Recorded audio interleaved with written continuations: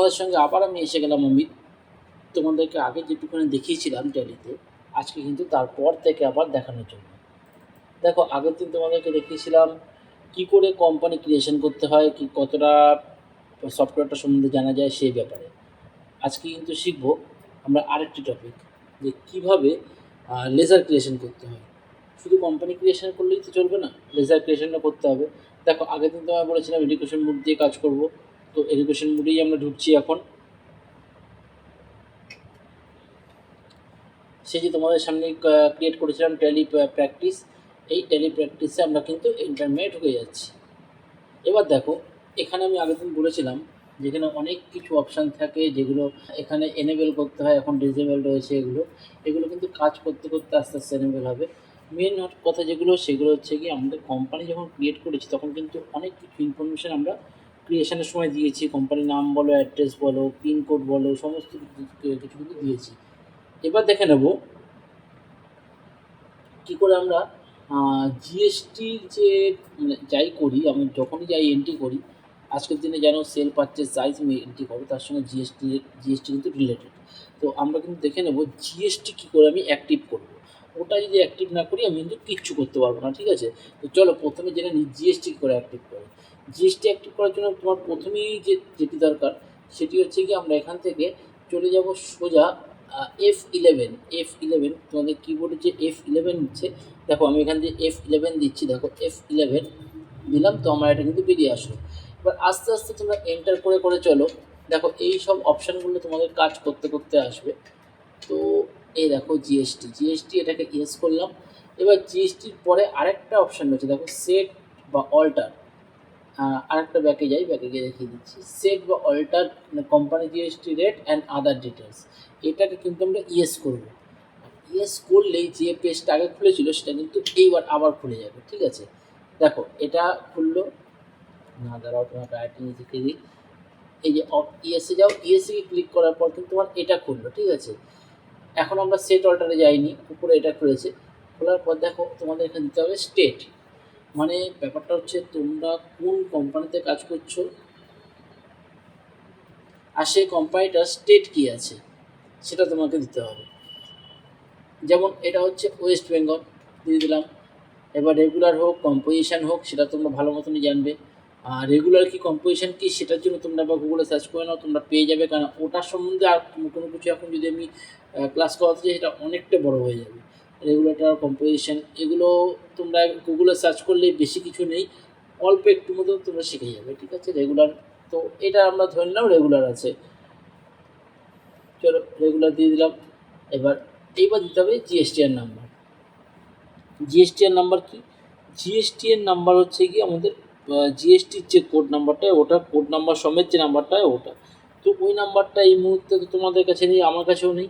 তো আমার যে নাম্বারটি মনে আছে এই মুহূর্তে, সেই নাম্বারটি আমি দিয়ে দিচ্ছি। দেখো জিএসটি নাম্বারটা দিয়ে দিচ্ছি, ঠিক আছে? এবার যেহেতু নাম্বারটা অতটা আমার মনে নেই, তো নাম্বারটা এখানে কিন্তু ভুল দেখাচ্ছে, ঠিক আছে? এবার তুমি যদি এখানে ঠিকঠাক নাম্বার দাও, ওটা কিন্তু নিয়ে নেবে। এই যে পপআপটা, এটা কিন্তু আসবে না। তো চলো আমরা এটা দিয়ে এগিয়ে যাই। আমাদেরকে অ্যাক্টিভ তো করতেই হবে, জিএসটি নাম্বার ওটা ভুল দেখাক ইনকারেক্ট দেখাক, অ্যাক্টিভ কিন্তু করতেই হবে। ভুল নাম্বার দিয়ে করলাম, এটা কিন্তু একটু ঠিক না। তবে জিএসটি নাম্বার যেহেতু এই মুহূর্তে আমার কাছে সঠিকটা মনে নেই, তো এই মুহূর্তে এইভাবে কাজ চালানো যেতে পারে, ঠিক আছে? কিন্তু এখানে যখন তোমরা অরিজিনালি কাজ করবে তখন কিন্তু তোমাদের এটা পুরোটা করে দিতে হবে, মানে জিএসটি নাম্বারটা কিন্তু তোমাদের অ্যাক্টিভ করে দিতে হবে। তো চলো চলে গেলাম। এবার হচ্ছে জিএসটিআর ওয়ান মান্থলি, যার মান্থলি আর মান্থলি, যার কোয়ার্টারলি আর কোয়ার্টারলি। আর এখানে তেমন কিছু করার নেই। চলো এখানে ইওএ বিল, এগুলো আর দরকার নেই এখন। ইওএ বিলের এখন দরকার নেই, এগুলো পরে যখন হবে দেখা যাবে। চলো অ্যাকসেপ্ট করে নিই। এবার দেখো এখানে হচ্ছে set alter GST and other details, এটা কিন্তু আমি একবার ইয়েস করছি। ইয়েস করলে কী ঢুকছে? এইচএসএন কোড, তারপর জিএসটি রেট, এগুলো। দেখো আমাদের একটা জিনিস মনে রাখতে হবে যে এইচএসএন কোডটা কিন্তু কোম্পানির যদি কোনো নির্দিষ্ট জিনিস বিক্রি করে থাকে তার এইচএসএন কোড দিতে হবে। তো কোম্পানি যদি কোনো তোমার 1000 রকম জিনিস কেনা বেচা করে, তাহলে কিন্তু এখানে এইচএসএন কোড দেওয়া যাবে না। ওগুলো কিন্তু প্রোডাক্টের গায়ে এইচএসএন কোড দিতে হবে, এটা কিন্তু ভালো কোনো মনে রাখো। আর কোম্পানি যদি সিঙ্গেল জিনিস বিক্রি করে, মানে এইটাই কিনছে এটাই বিক্রি করছে, তাহলে কিন্তু এখানে জিএসটি কোড, এইচএসএন কোড দিতে পারবে।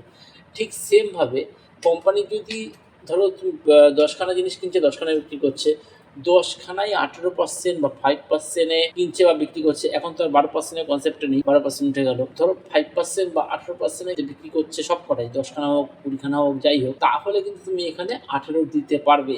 তখন এটা কী করতে হবে, স্পেসিফাই ডিটেলস শেয়ার করে তোমাকে এখানে 12%, ধর 18% বসিয়ে দিতে হবে। কিন্তু দেখা গেল আমার কোম্পানি যে সমস্ত জিনিসগুলো বিক্রি করছে সেগুলো দেখা গেল একটা 18%, একটা 5%, একটা আরও 12% যখন ছিল 12%, এরকম যখন হয় তখন কিন্তু তোমার এখানে নট ডিফাইন্ড রাখতে হবে। ঠিক আছে, এবার দেখো এটাই কিন্তু রুলস, সেটা 0% রাখতে হবে। আরেকটা জিনিস দেখো, তোমরা বলে দিচ্ছি ইউএবিল ডিটেলস ইন্টারস্টেট 1000 লিমিট যেটা আছে 50,000, একদম ঠিক। ইন্টারস্টেট মানে হচ্ছে গিয়ে তোমার পশ্চিমবঙ্গ, মানে ধরো আমরা পশ্চিমবঙ্গে আছি, পশ্চিমবঙ্গের মধ্যে যদি হয় তাহলে কিন্তু সেটা 50,000। ইন্ট্রাস্টেট 1000 যদি হয় তাহলেও কিন্তু সেটা 50,000। আগে সেটা 1 লাখ ছিল, এটা 50,000। চলো এবার এটা দিয়ে আমরা বেরিয়ে যাই।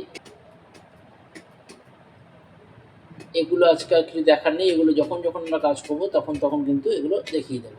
এবার চলো আমরা দেখবো লেজার কি করে ক্রিয়েট করে। দেখো এখানে প্রথমেই রয়েছে ক্রিয়েট, তারপর রয়েছে অল্টার। এই যে তোমায় বললাম মাউসের দরকার নেই, মাউসটাকে কিন্তু সরিয়ে দিচ্ছি। ঠিক আছে, অল্টার, দেন এখানে আছে চার্ট অফ অ্যাকাউন্টস, ভাউচার, ডেবুক, এগুলো এই মুহূর্তে আমার দরকার নেই, একটা করে আসি। প্রথম চলো দেখে নিই অল্টার না ক্রিয়েট। তো আমরা কি করবো, ক্রিয়েটে চলি।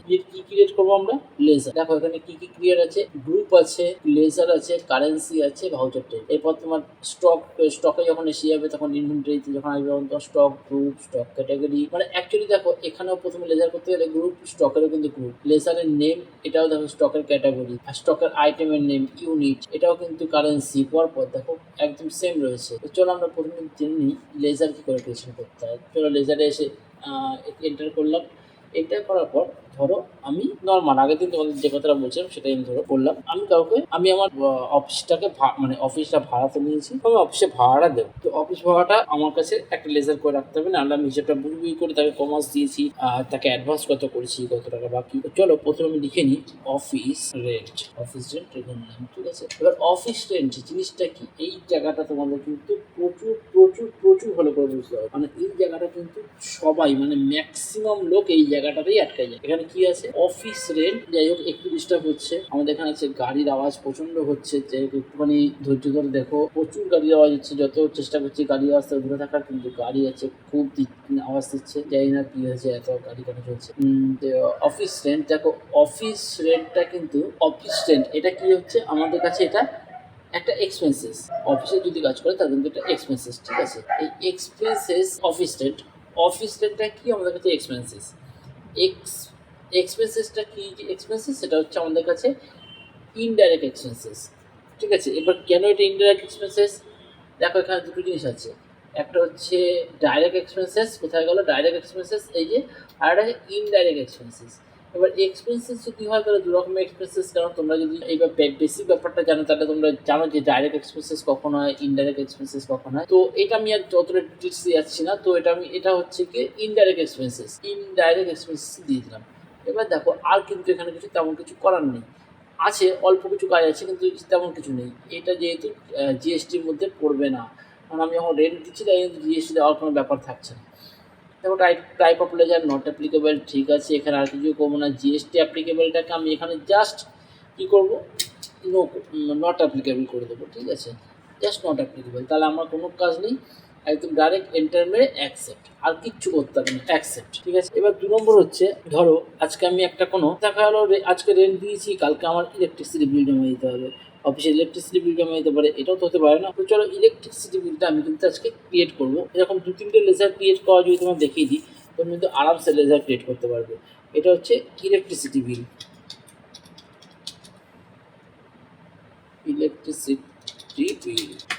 এটাও কিন্তু আমাদের এক্সপেন্সেস। দেখো আগেরটায় আমি ইনডাইরেক্ট এক্সপেন্সেস করে রেখেছি বলে এবার কিন্তু আমাকে আর ইনডাইরেক্ট এক্সপেন্সেস আলাদা করে করতে হচ্ছে না। কিন্তু এটা যদি আমি ধরো ইনডাইরেক্ট ইনকাম কিছু দিতাম, ঠিক আছে, তখন কিন্তু ধরো আমাকে কেউ টাকা দিয়েছে, তো সেটা তো আমার কাছে এক্সপেন্সেস নয়, ইনকাম, তখন কিন্তু আমাকে এটা চেঞ্জ করতে হতো। মানে যেহেতু এটা একই ক্যাটাগরির পড়ে যাচ্ছে, মানে ওটাও এক্সপেন্সেস এটাও এক্সপেন্সেস, তাই জন্য কিন্তু আমাকে আর চেঞ্জ করতে হচ্ছে না। তো চলো এটাও এক্সপেন্সেস। আর কী করবো এবার, এখানে জাস্ট জিএসটি অ্যাপ্লিকেবলটাকে আমি শুধুমাত্র নট অ্যাপ্লিকেবল করে দেবো, করে দিয়ে অ্যাকসেপ্ট। হ্যাঁ, আরেকটা কথা বলে দিই, ধরো 1 এপ্রিল 2025 ইলেকট্রিসিটি বিল যখন আমি ক্রিয়েট করছি তখন দেখিয়ে দিই ইলেকট্রিসিটি বিল দেখা গেল আমি 2 মাসের ইলেকট্রিসিটি বিল দেইনি। সেটা কোন মাসের? ফেব্রুয়ারি মাস, মার্চ মাস। আমার কাছে বিল এসছে, আমি সেটাকে জমা করিনি, আমি এপ্রিল মাসে জমা করবো। তা অ্যামাউন্টটা তো আমার বুকসে উঠতে লাগবে, তাহলে আমি বুঝবই করে কত টাকা বাকি আছে। ওই যে 2 মাসের বিল, ধরো 5,000 করে 2 মাসের দুটো বিল, ওই 10,000 টাকা যে ডিউ আছে, ওই 10,000 টাকা কিন্তু আমরা এখানে লিখে দেবো 10,000 টাকা। এটা লিখে দিই, এটা আমাদের কি হবে, যেহেতু আমাদের কাছে এখন ডিউ আছে তাহলে কিন্তু এটা আমাদের কাছে ডেবিট হয়ে দাঁড়াবে। ঠিক আছে, এটা ডেবিট হয়ে গেল, তার মানে এটা আমাদের কাছে এখন ডিউ আছে, ডিউ থাকলো। ওকে, এইবার আমরা পরের বার যখন পেমেন্ট করবো তখন কিন্তু 10,000 টাকা থেকে 10,000 টাকা পেমেন্ট করবো, তারপর যে নতুন ইলেকট্রিসিটি দেওয়ার আছে সেটা আমি পেমেন্ট করবো। আশা করি এটা বুঝতে পেরেছো। আর একটা মাত্র রেজাল্ট ক্রিয়েট করবো, তারপর কিন্তু আজকের মতন এখানে শেষ করবো। কারণ দেখো এটা আবার একটা আলাদা রকমের রেজাল্ট দেখাচ্ছি, কারণ দেখো একসঙ্গে সব কিছু দেখালে পরে তোমরাও নিতে পারবে না, আর ভিডিওটা অনেক বড় হয়ে যাবে, তখন তোমার দেখার ইচ্ছা থাকে। আমি এখন যে রেজাল্টটা ক্রিয়েট করে দেখাবো, এই রেজাল্টটা কিন্তু ইনডাইরেক্ট এক্সপেন্সেস না, এটা আলাদা একটা হেডের মধ্যে থাকবে। আমি ক্রিয়েট করছি, দেখি তোমাদের মাথায় কি এসেছিল, তোমরা এটা কিন্তু অবশ্যই কমেন্টে জানাবে। ঠিক আছে, আমি আমার মতো করে ক্রিয়েট করে দিচ্ছি, কিন্তু তোমরা এখন লেজারটাকে দেখার পরে তোমাদের মাথায় কি আসছে সেটা তোমরা জানাবে। ঠিক আছে, দেখো বলছি, ধরো আমাদের বিভিন্ন রকমের পুজো হয়, বিভিন্ন রকমের পুজোর সময় আমাদের অনেক চাঁদা ফাদা ব্যাপার থাকে, তখন আমাদের দেখা হলো আমাদের অফিসের পাশেই পুজো হচ্ছে, সেই পুজোটা বিল কেটে গেছে, তো সেখানে আমাকে প্রথমত চাঁদা দিতে হবে। তো চাঁদাটাকে আমি কি লিখবো, চাঁদাটাকে তোমাকে দেখাতে হবে, আমি কি লিখবো, আমি ওটাকে একটাই লিখবো, ওটাকে লিখবো ডোনেশন।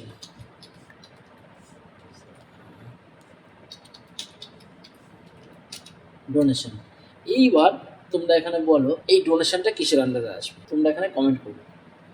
আমি কিন্তু বলে দিচ্ছি, তোমাদের মাথা থেকে অনেক কিছু আসবে, ডোনেশনটা কিসের আন্ডারে আসবে, এটা তো খরচা নয়, এটা তো আমি জাস্ট একজনকে দিয়ে দিচ্ছি, আমার পার্সোনাল কোনো কাজে লাগছে না, তাহলে এটা কি? হ্যাঁ, এটাও কিন্তু খরচা। এটা ডোনেশন হলে কী হবে, বছরে একবার দিলে এটাও কিন্তু আমার খরচা, এটা কিন্তু আমার আলাদা করে দেওয়ার কথা ছিল না।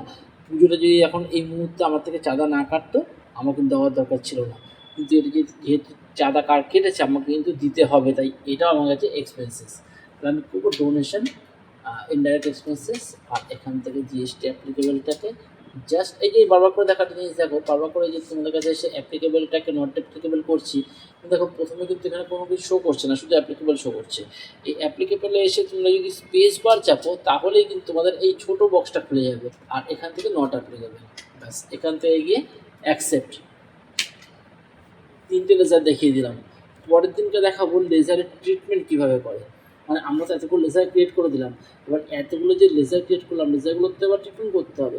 আমি বললাম আমি ধরো গল্প দিয়ে দিলাম যে আমার বাড়ি ভাড়া দিতে হবে, ডোনেশন দিতে হবে, আরও কিছু খরচা আছে সেগুলো করতে হবে, আমার বাড়িতে রিপেয়ারিং করতে হবে হলো, কিন্তু আমি সেগুলো কোনো খরচাই করলাম না, তো শুধু গল্পগুলো দিলে হবে না, তো সে খরচাগুলো তো করতে হবে। তো পরের দিন কিন্তু দেখাবো কীভাবে খরচাগুলো আমি করছি। তো চলো আজকের মতন এই পর্যন্তই। আমাদের চ্যানেলে যদি নতুন হয়ে থাকো অবশ্যই চ্যানেলটি লাইক, সাবস্ক্রাইব আর অবশ্যই বেশি বেশি করে শেয়ার করবে। প্লিজ মনে দেখো, যত বেশি লাইক সাবস্ক্রাইব করবে তত বেশি কিন্তু ভিডিও বানাতে মনোযোগ আসবে। চলো আজকের মতন এই পর্যন্তই, দেখা হবে আবার পরের ভিডিওতে। Good bye.